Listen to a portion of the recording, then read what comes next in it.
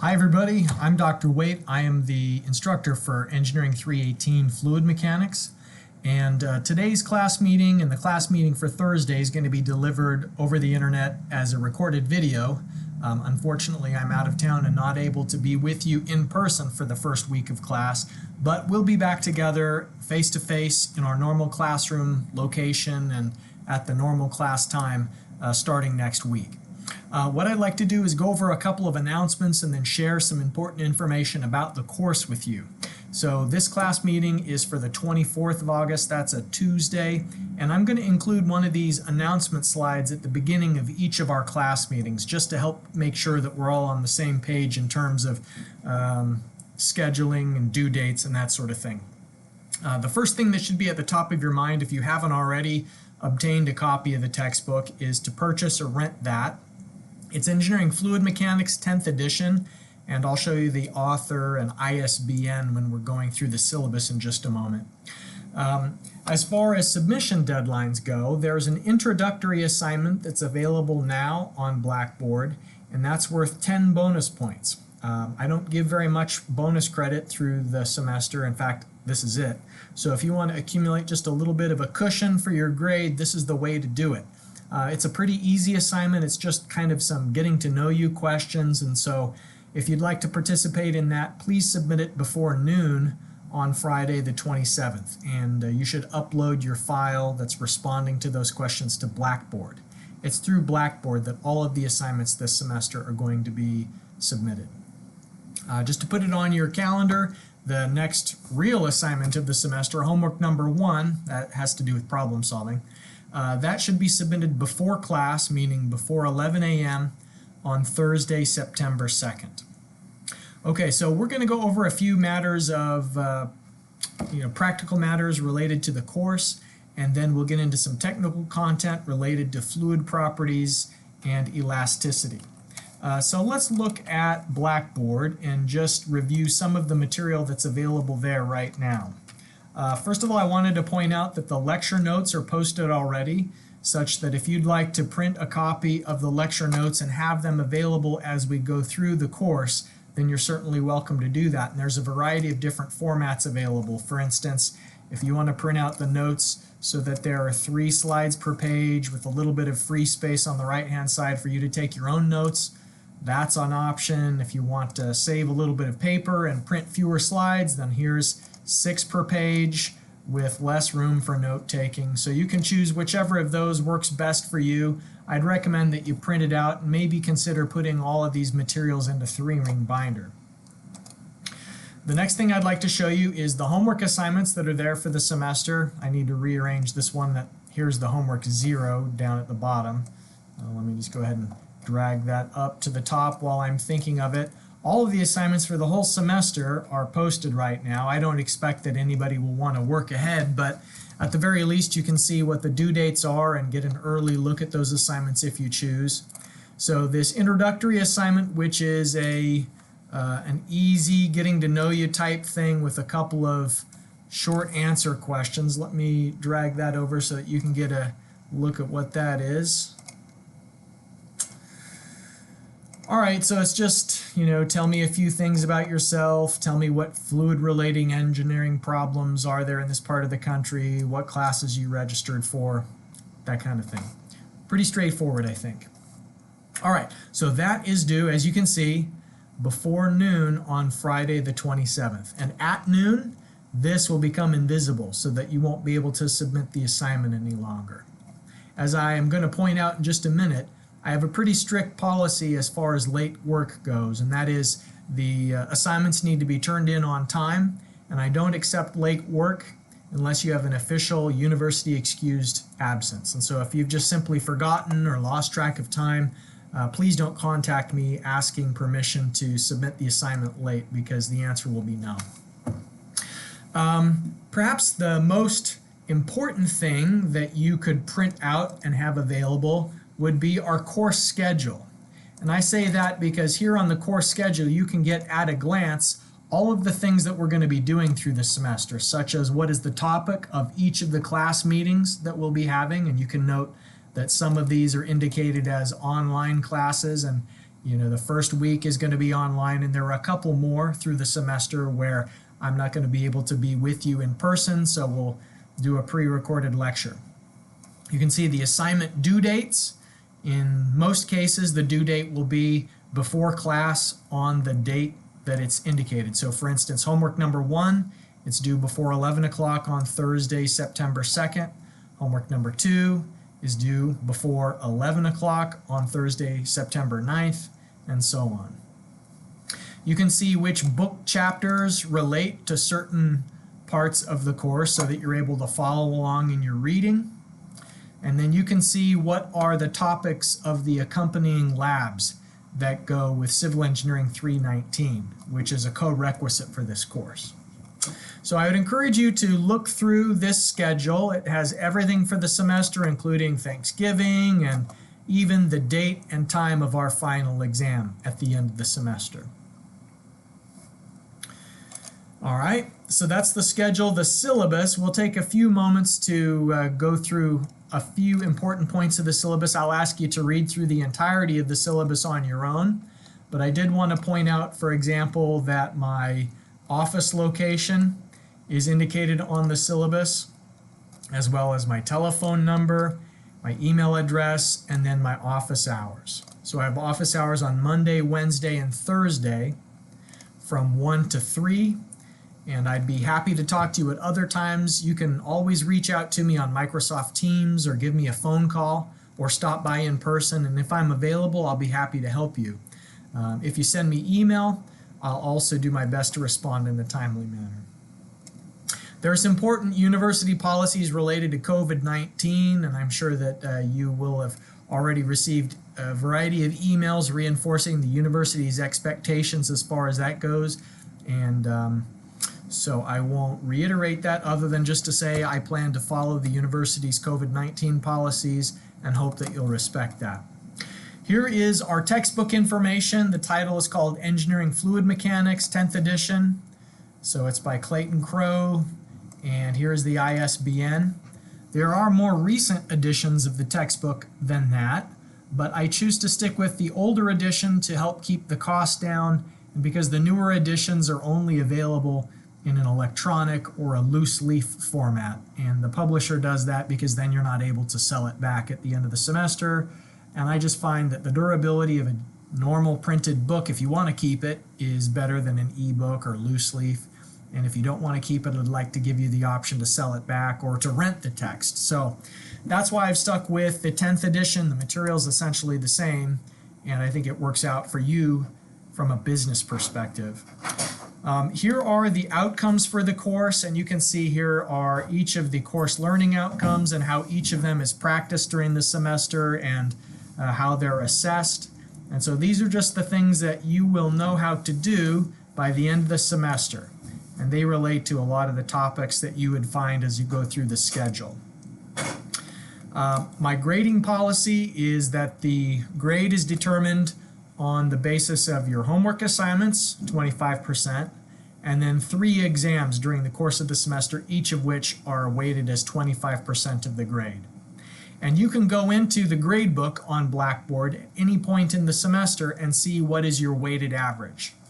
And so if you ever want to know what's your grade, you can just go straight to Blackboard and you'll find it there. I do have a little bit of flexibility when it comes to homework, and that is I drop the lowest grade when I'm calculating the average of your homework assignments. So if you accidentally forget to do one of the assignments or turn it in or forget to turn it in on time, then that won't affect your grade because you're able to drop the lowest assignment of the semester. And of course, I already mentioned my late work policy, and that is that it's not accepted unless you have an official university excused absence. And so the way that you get one of those is you go to Student Affairs with your medical note, and then they would evaluate whether it meets the acceptable standards. I'm not going to be taking attendance, but I expect students to attend and participate in classes. Now, the academic dishonesty policy is important, so I wanted to spend a few moments talking about that. My expectation this semester is that anything you turn in to be graded is your own work. and that you're not copying another student or you're not using something you found online as the basis for your solution. You should figure out how to solve the problems on your own or by asking me for assistance. And it's okay to chat with other students and to discuss problems with them on kind of an informal basis, but it wouldn't be okay if you stare at their paper and you copy down every step of what they did. It's not okay if you go to Chegg and you follow the form of a solution that you find there. Because if you do that, you're not going through the personal growth and the mental strengthening process that you need in order to be successful on the exam and later on be successful in your career.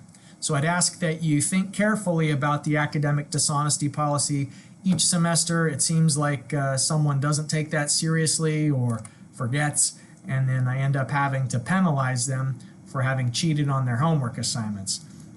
So it's better to just not turn in an assignment than to cheat on the assignment, because if you cheat on the assignment, then you'd get negative points, meaning a grade lower than 0.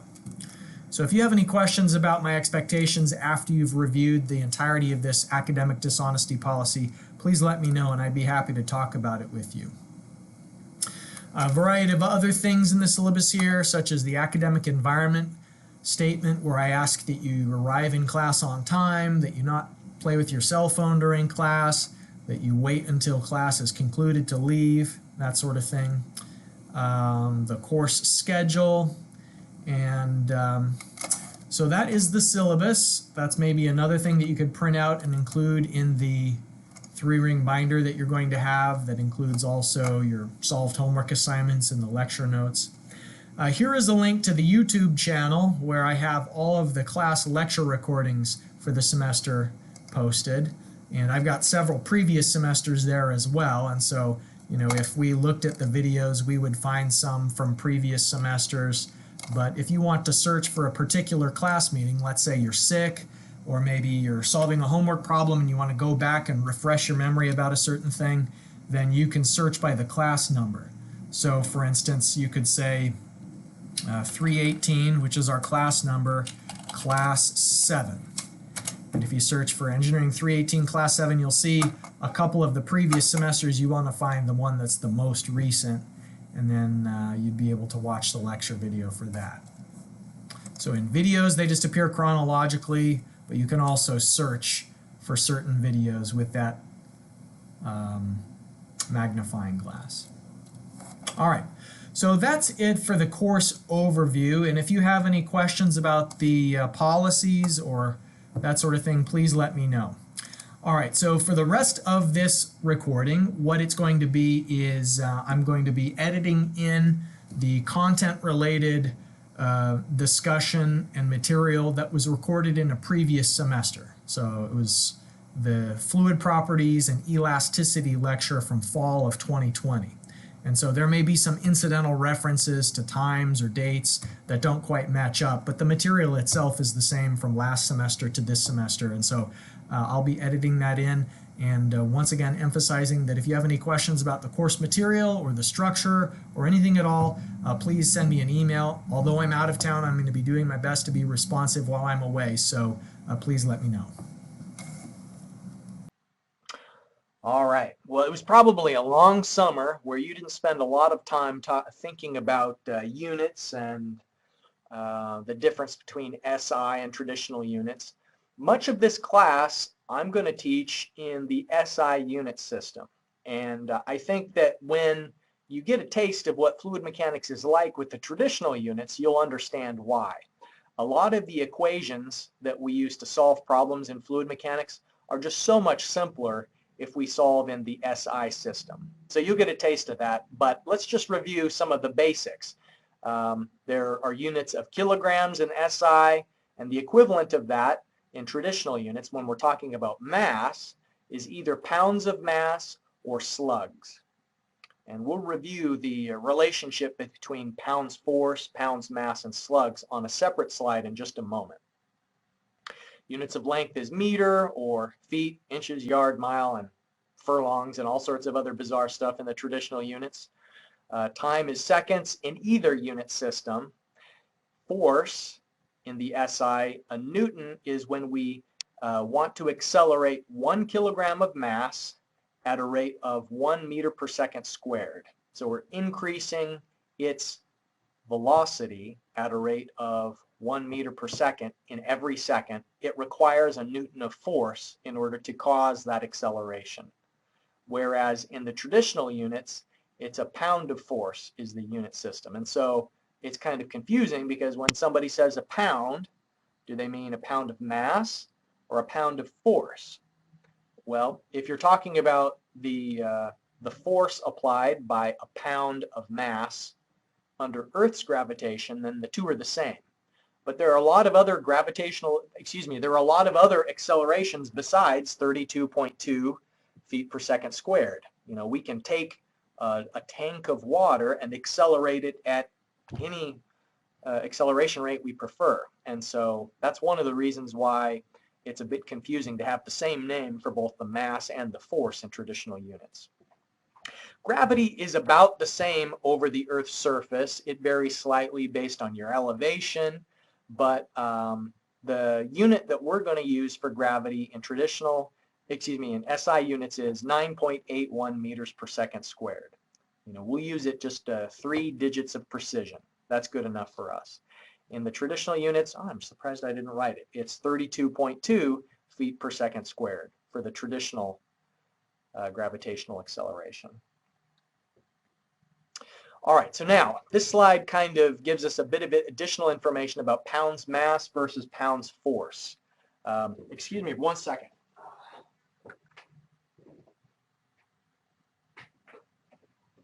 The air conditioner in this office is noisy, but man, it's starting to get sweltering in here. It's probably like 85 degrees in this room.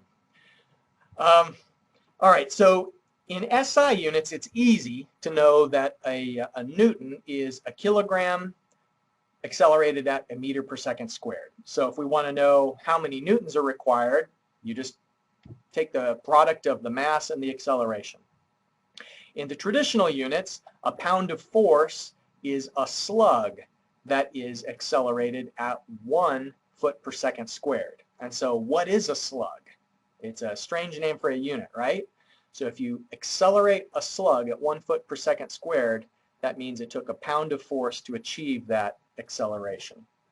So a slug is 32.2 pounds of mass. You know, that number of 32.2, hopefully that is seeming a little familiar because we were just talking about how gravitational acceleration is 32.2 feet per second squared.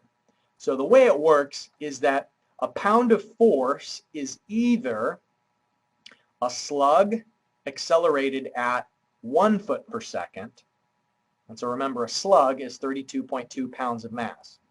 So you can accelerate a slug at 1 foot per second squared, and that's a pound of force. Or, you know, there's a whole range of possibilities, but another of the possibilities is that you are accelerating a pound of mass at g, where g is 32.2 feet per second squared.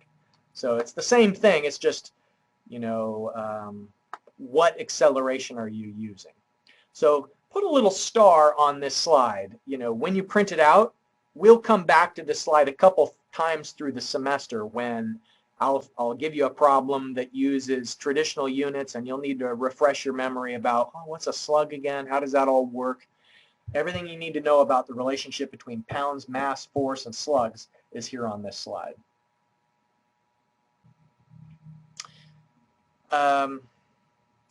The weight is the effect of acceleration on mass, and so it is the same as a force. And so the weight of a kilogram is 9.81 newtons. In the temperature units, we will often need to keep track of absolute units of temperature, especially when we're doing gas law related problems. You may remember back to your time in chemistry using Kelvin in the gas law calculations. Well, here in fluid mechanics, fluids encompasses both liquids and gases. And so a lot of the calculations that we'll do works for both. you can apply the principles of fluid mechanics to both liquids and gases. And so sometimes the calculations will use Kelvin, and in the Kelvin system, 0 Kelvin is absolute zero. It's the absence of any kinetic energy in the molecules in question. 273 is the freezing point of water, so that if we want to convert between Celsius and Kelvin, the relationship is that Kelvin is 273.16 plus your degrees Celsius. And so the size of a Kelvin degree and the size of a Celsius degree are the same, but they have a different 0 point. Work and energy, both of those have units of joules. And a joule is the amount of energy required to apply a Newton of force over a meter of distance. And then when we put a time component into that, if we are doing a certain amount of work per unit time or exerting a certain amount of energy per unit time, a watt is when you are exerting a joule per second or using a joule per second of energy. So hopefully most of these units are familiar, but we'll just begin with the basics and build from there. Quick refresher of the units that are going to be applicable for fluid mechanics. So units conversion. Of course, you could probably do many of these conversions built into your calculator, and at the beginning of the textbook it also has units conversion between SI and traditional units. There's the foot conversion, slug to kilogram conversion, foot-pounds of force to Newton-meter conversion, conversion between foot-pounds and horsepower. Of course, we know 550 foot-pounds per second is a horsepower, and that's equivalent to 746 watts as it ends up. I don't expect you to memorize these conversions. The conversion between the traditional and SI units in temperature are a little bit tricky because the degree size is different. When I was talking about Kelvin and Celsius, what I mentioned there is that the size of a Kelvin degree and the size of a Celsius degree are the same, but that's not so in Fahrenheit. A Fahrenheit degree is a smaller change in temperature. So if it goes up by 1 degree Fahrenheit, that does not mean that it's gone up by 1 degree Celsius. It's only gone up by 5/9 of a degree Celsius if the temperature increases by 1 degree Fahrenheit. And complicating matters further is the differing 0 point, where water freezes at 32 Fahrenheit. And so if we want to convert between the absolute the absolute units of temperature in traditional is raking, and Fahrenheit, here's the formula for that. So just for example, to rest my voice for a minute and to rest your brain from having to hear it, let's pause for a moment, and I'm going to encourage you during the semester to either have these notes printed out or have a piece of paper handy, and when I pause the lecture for you to work on an example, go ahead and ooh, I'm hearing myself all of a sudden there. Did the connection drop for a moment?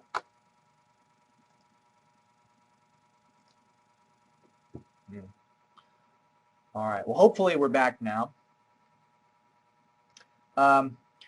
So I'm going to pause for a moment, and what I'd like you to do is convert between 46 degrees Celsius and what would that equivalent temperature be in raking. So what you need to do is, first of all, convert from Celsius to Fahrenheit, and then from Fahrenheit into raking. So see if you can do that with the information that's on the screen here. And in a moment, I'll bring up the solution on the slide, and we'll talk through it together.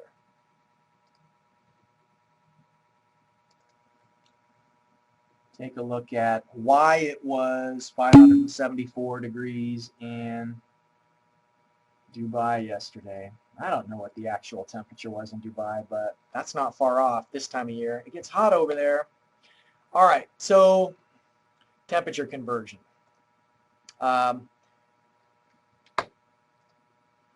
46 degrees Celsius. First of all, we have to find out how many Fahrenheit degrees that is. And so we are converting for the size of the degrees. And so 46 Celsius degrees is the same as 82.8 Fahrenheit degrees. So that's just talking about how many increments, can you see my finger? How many increments there are, how much the thermometer went up above the baseline. Now we need to add on the baseline, which is the freezing point.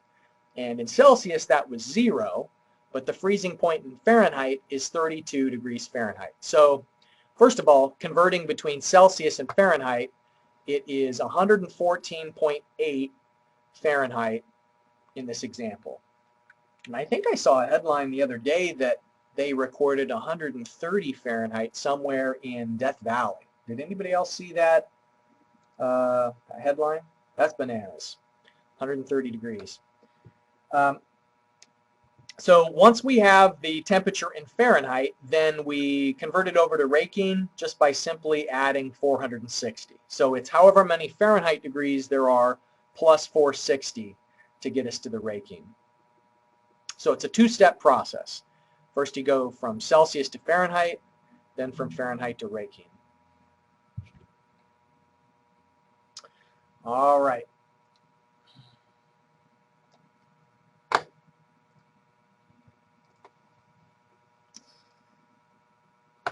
Next, let's review some properties that are related to a system's mass or weight. And first of all, when we talk about the density of a fluid, what we mean by that specifically is the mass of fluid relative to the volume that is occupied by that fluid. And so water, for instance, in 1 cubic meter of water, the mass is at the standard temperature of, I think, 10 degrees Celsius is 1,000 kilograms. So a cubic meter of water would have a mass of 1,000 kilograms. That's its mass density. A lot of people are familiar with the density of water as being 1 gram per centimeter. We're going to be thinking in bigger terms. A cubic centimeter is pretty small. A cubic meter, now you're talking some real water. So density of a fluid is its mass divided by the volume. And so water at 10 degrees Celsius is 1,000 kilograms per cubic meter. And that, that's not coincidental. That's kind of how they defined what a kilogram was, as they used water as the baseline, and so they set it so that it would be, by definition, 1,000 kilograms per cubic meter, or 1 kilogram per liter. That's another, a liter of water has a mass of 1 kilogram. In the traditional units, it's 1.94 slugs per cubic foot, and that's not by definition. That's just what it works out to be when you have, some random amount of mass. Back in the Middle Ages, it was defined as a pound. So there wasn't, it's not a unit system by design. It's kind of a unit system by evolution, whereas the SI system is units by design. Specific weight is maybe something that maybe you haven't heard about it, but we use it a lot in fluid mechanics. This is really important. And so we use the symbol gamma for that. That's the Greek symbol gamma. And so it is the density multiplied by the gravity that the fluid is experiencing. And so it's the weight of the fluid divided by the unit volume.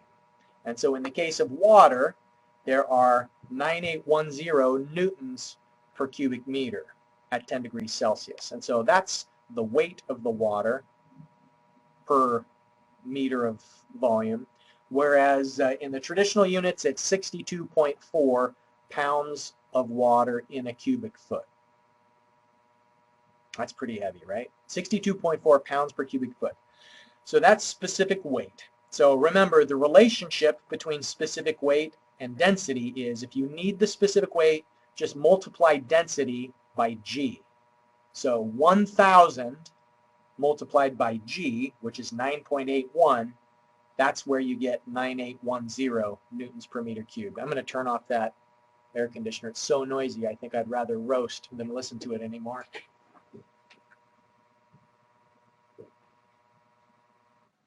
I don't know if you could hear it, but it was like a mosquito was inside my eardrum.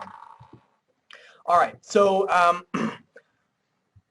one of the differences between liquids and gases, both of which are fluids, remember, fluid mechanics encompasses liquids and gases. One of the differences between those two different classifications of fluids is their compressibility. And so just using one liquid and one gas as an illustration, we know that water is not very well compressible. Some people call it incompressible, but if you apply enough force, it compresses a little bit, just a little bit. But so water is not very compressible, but air is really compressible.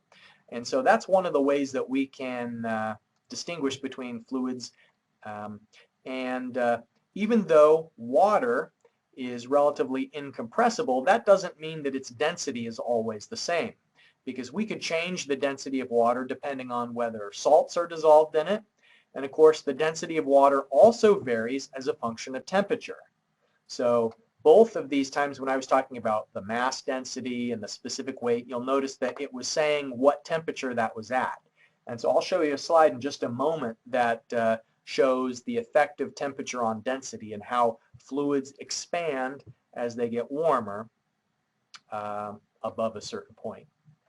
So here's one more term that you need to be acquainted with, and it'll just roll off the tongue and it'll be at the forefront of your mind through the entire semester because it's such an important and foundational concept. Specific gravity, often abbreviated SG, is the ratio of some fluids, either density or specific weight, relative to the density or specific weight of water. So, for instance, you know the oil floats on top of water, right? It's less dense than water. That's why if you have a container of oil and water and you shake it up, then the oil will separate to the top and the water will be down beneath. It's because the oil is less dense. And so from that, if you divide the density of the oil by the density of water, then you have a specific gravity of less than 1. So a typical oil density might be 750 kilograms per cubic meter. Well, if you divide 750 kilograms per cubic meter by 1,000 kilograms per cubic meter, which is the density of water, then that would give you a specific gravity of 0.75. So specific gravity is just a ratio. And when it's greater than 1, it means that the object or fluid is more dense than water. And if it's less than 1, it means it's less dense. So it can give you a hint of whether the thing will float or sink in water. Any questions about these concepts of density, weight, and specific gravity? Can you repeat what you just said about the ratio? Yep. Basically, let's say that oil has a density of 750. I wish I could write on my screen more easily, but I don't have one of those touchpad screens. So if you have an oil where the density of the fluid is 750, so say 750 divided by the density of water, which is 1,000. So 750 divided by 1,000 would say SG is 0.75. And so when the SG is below 1, that tells you that the fluid is going to float because it's less dense than water. But if the SG is greater than 1, then that tells you that the fluid or the object is going to sink because it's more dense than water. Are there other questions?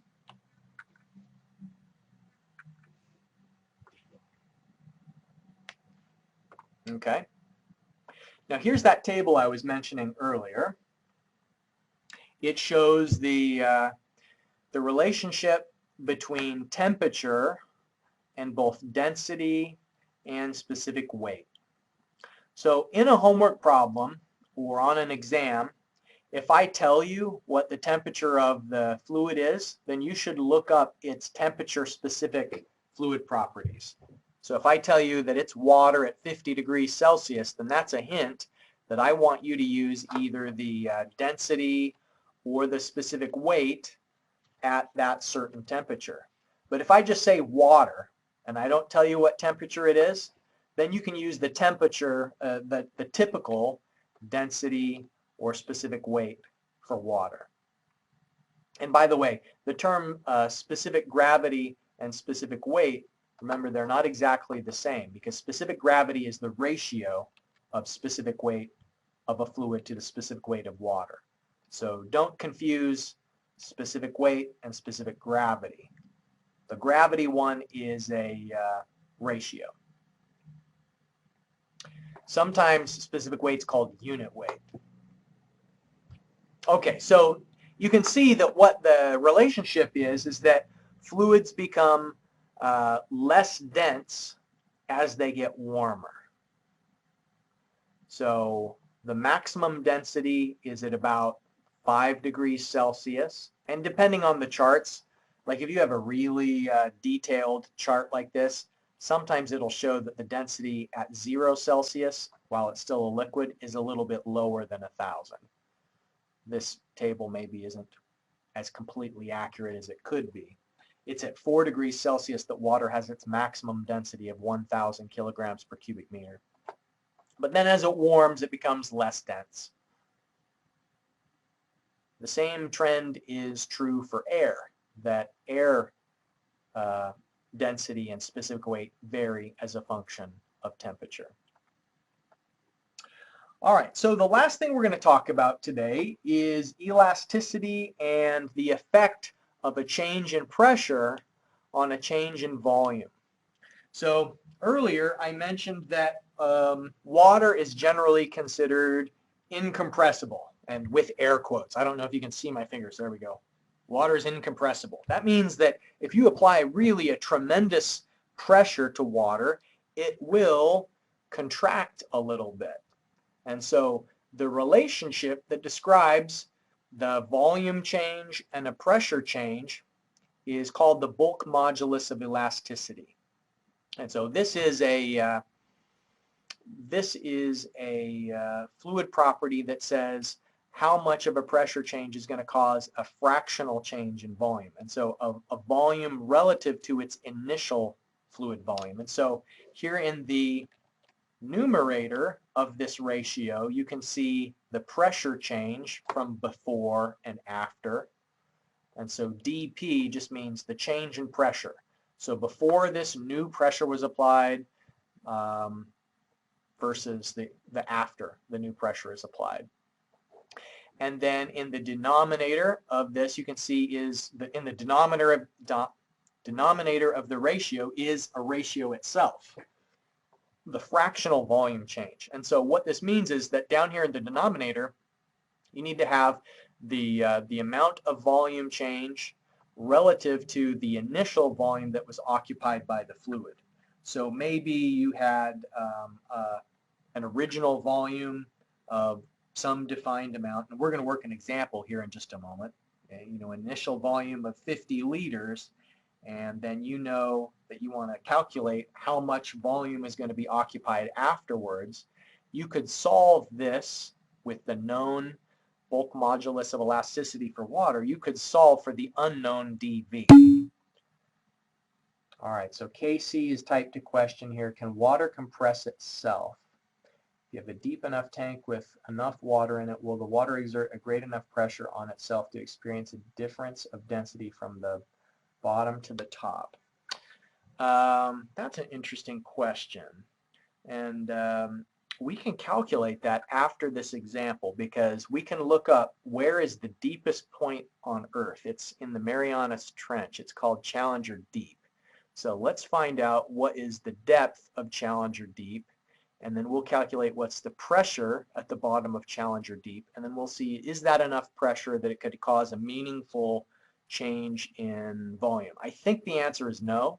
I don't think there's enough pressure like in a natural environment like that. I think it has to be like an artificial environment where an engine or like we're creating additional force, but we'll crunch the numbers on that. All right, and Jeremy asks, isn't that how ocean pressures change in relation to depth? No, that's a good question, but ocean pressure changes differently than this bulk modulus of elasticity. This bulk modulus of elasticity does not describe the change of pressure with the change of depth. It's a separate concept that we will get to. All right, so Jeremy looked up the depth at the bottom of Challenger Deep. It's 10 kilometers. Boy, that's deep. Are you sure? 10 kilometers? No, you said 109,002 minus 10929. We'll look it up. All right, before we get into Challenger Deep, 10 kilometers. All right, so let's do this example. Let's say that we know the bulk modulus of elasticity is 2.2 times 10 to the 9th 2.2 times 10 to the 9th pascals. So that is the bulk modulus of elasticity for water. That is a constant fluid property that describes how much of a change in pressure is going to cause what change in volume. So with that, we can rearrange this equation for bulk modulus. And the way that we can think about it, if we rearrange that equation, is that the bulk modulus is describing the change in pressure and the change in density of the fluid. Okay, so here's this example. We have 50 liters of water. That's our initial volume of fluid. So this V with the line through it, you may be wondering, why did I put the V through with the line through it? Well, we're going to use the letter V a couple of different ways this semester. And without the line through it, that is velocity. With the line through it, that means volume. And, sometimes I'll get sloppy and lazy or forget, and I'll, won't put the line through it. But like when we're being really precise and we want to, classify whether we're distinguishing between volume or velocity, the V with the line through it means volume. All right, so in this example, you've got your scratch paper there. In your scratch paper, you've got that the initial volume of the fluid is 50 liters. And it's initially open to the atmosphere. And so then the pressure change of 5 megapascals is applied. So 5 megapascals is 5 times 10 to the 6th pascals. So if you rearrange this equation, here, rearrange it to solve for delta V, then let's find out how much does the volume decrease. And by the way, I neglected to mention earlier why there's a minus sign here in the equation. That's to kind of indicate the directionality of an increasing pressure causes a decrease in volume. So, I mean, it's obvious if you think about it that, when you're compressing the liquid, it's going to reduce its volume, but that is made explicit with the minus sign in the equation there. So in this, what I'd like you to do is here we're given the bulk modulus, we are given the initial volume, we want to solve for delta V. So I'll pause for a moment and see if you can calculate what is the change in volume and therefore what is the final volume. So delta V, and then compare that to the initial volume and find out, instead of 50 liters, how much space will that water occupy after we apply this pressure?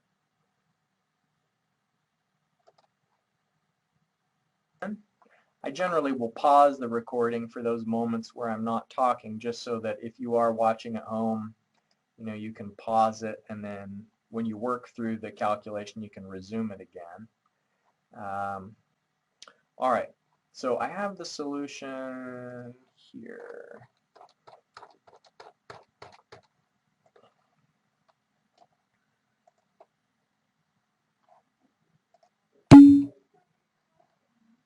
Eric's got it, 49.8 liters, right. So what we did was we started with the original equation for the relationship of bulk modulus, incremental pressure change, and unit change in volume, and rearranged that down here to solve for the change in volume. So you can see once we rearranged that, then I substituted in the given pressure that's applied of 5 megapascals, applied the initial known volume of 50 liters, the bulk modulus of 2.2 times 10 to the 9th. And so what that tells us is that 50 liters of water is going to have a volume reduction of 0.114 liters. So that's not very much. 50 liters of water, just for perspective, I don't know, that's like a trash can is about 50 liters of water, you know, like a standard curbside trash can. And so it's going to go down by 1/10 of a liter. And, you know, 1/10 of a liter is, you could swallow that really easily. You know, like that's, this water bottle is 500 milliliters, and we're talking the reduction in volume is only 100. So it's, you know, 1/5 of this bottle of water is how much it compressed when it started off with the same amount of water that you'd find in a trash can. So that's the final volume, 49.88, because what we do is we subtract the change in volume from the original given volume. All right, so any questions about that? All right, now as to, can the pressure at the bottom of the ocean compress the water? As it turns out, after running the numbers, I think the answer is yes, and let me show you why. Now we're jumping way ahead into the course to address this question, but because it's interesting and because we've got the time, let's go ahead and do it anyway. There is an equation called the hydrostatic equation that we're going to learn later in the semester, and with apologies for my sloppy handwriting, here's how things work in the hydrostatic equation. What we're talking about is the change of water depth is 10,000 meters. And did I have that right? That's Challenger deep, the depth of, let me just Google that.